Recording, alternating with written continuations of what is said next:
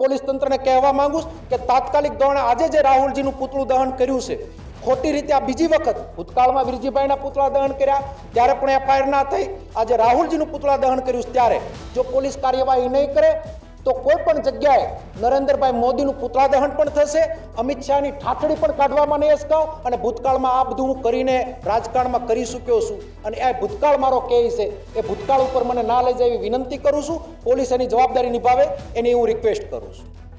લોકસભાની ચૂંટણી દરવાજે દસ્તક દઈ રહી છે ત્યારે કોંગ્રેસ નેતાઓ પણ ચૂંટણીને લઈને નિવેદનબાજી શરૂ કરી દીધી છે. અમરેલી જિલ્લા કોંગ્રેસ પ્રમુખ અને પૂર્વ ધારાસભ્ય પ્રતાપ દુધાત સાવરકુંડલા ખાતે કોંગ્રેસની કારોબારી બેઠકમાં લાલ ગુમ થઈ ગયા અને ભાજપ પર વરસી પડ્યા.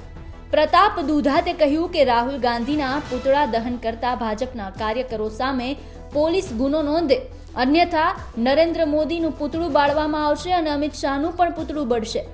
આ પ્રકારના બેબાક બોલ પ્રતાપ દુધાતે ભરી સભામાં બોલ્યા છે.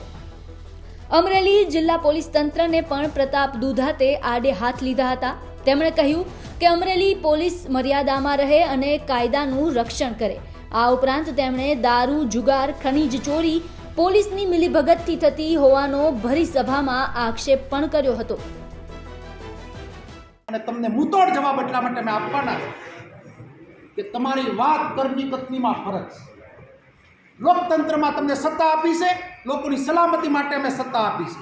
લોકતંત્રની અંદર તમને સત્તા મળી છે તો લોકોના રક્ષણ માટેની સત્તા મળી છે, નહીં કે ખાકી વર્દીઓને તમે ઢાલ બનાવી અને કોંગ્રેસના કાર્યકર્તાઓને દબાવી અને તમે રાજકારણ કરવા માંગતા હો તો એ સાવરકુંડલા અને લીલિયા વિસ્તાર મૂકીને રાજકારણ કરજો. અહીંયા હજી અમે જીવી મરી નથી. એક એક કાર્યકર્તાને પ્રલોભન આપવા જાય, પોલાવા જાય, પટાવા જાય, સમજાવવા જાય. તમારી જણનારીમાં જોર નથી તો અમારી કાઠિયાવાડી કહેવત ઉયાણી કાંઈ ન કરતી એને એના કાર્યકર્તાઓ ઉપર ભરોસો. ત્યારે બધી અમારા કાર્યકર્તાને મળવા જાય છે, જનસંખ્યા મારી કાર્યકર્તાના ચહેરાઓ બતાવે છે.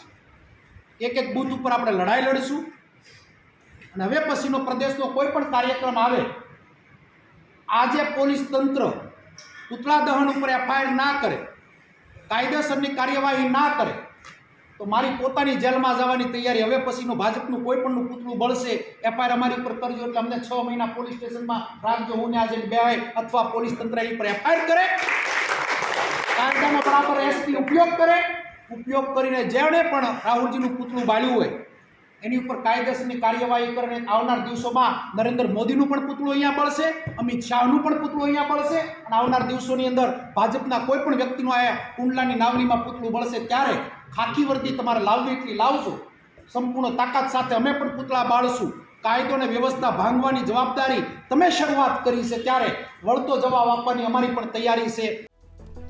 ભાષણ દરમિયાન આ નિવેદન આપ્યા બાદ જ્યારે મીડિયાએ પોલીસના સંદર્ભમાં પ્રતાપ દુધાતને સવાલ કર્યો તો તેમણે આ જ વાતને દોહરાવી હતી. ફરી વખત આ મીડિયા મારફત પોલીસને વિનંતી કરું છું, તમે અમારા કોઈ દુશ્મન નથી, પણ ભાજપના એજન્ટ બનીને જો તમારે કામ કરવું હોય તો અમે આગલી અમારી પેઢી છે અંગ્રેજો સામે લડેલી પેઢી છે અને એના અમે વારસદારો છીએ. અમને કોઈના બાપનો ડર નથી અને ડરવું એ મારા સ્વભાવમાં નથી. હું તમારા મારફત આ પોલીસ તંત્રને કહેવા માંગુ છું કે તાત્કાલિક ધોરણે આજે જે રાહુલજીનું પૂતળું દહન કર્યું છે ખોટી રીતે આ બીજી વખત ભૂતકાળમાં વિરજીભાઈના પૂતળા દહન કર્યા ત્યારે પણ એફઆઈઆર ના થઈ આજે રાહુલજીનું પૂતળા દહન કર્યું ત્યારે જો પોલીસ કાર્યવાહી નહીં કરે તો કોઈ પણ જગ્યાએ નરેન્દ્રભાઈ મોદીનું પૂતળા દહન પણ થશે, અમિત શાહની ઠાઠડી પણ કાઢવામાં નહીં અસકાવ અને ભૂતકાળમાં આ બધું હું કરીને રાજકારણમાં કરી ચૂક્યો છું અને એ ભૂતકાળ મારો કેસ છે એ ભૂતકાળ ઉપર મને ના લઈ જાય એવી વિનંતી કરું છું. પોલીસ એની જવાબદારી નિભાવે એની હું રિક્વેસ્ટ કરું છું.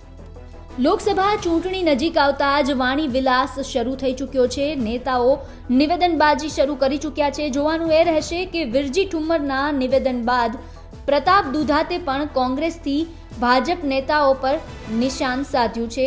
ત્યારે આગામી સમયમાં આ સમગ્ર મુદ્દો શું સ્વરૂપ ધારણ કરે છે? અમરેલીથી ફારૂક કાદરીનો અહેવાલ, ગુજરાત તક.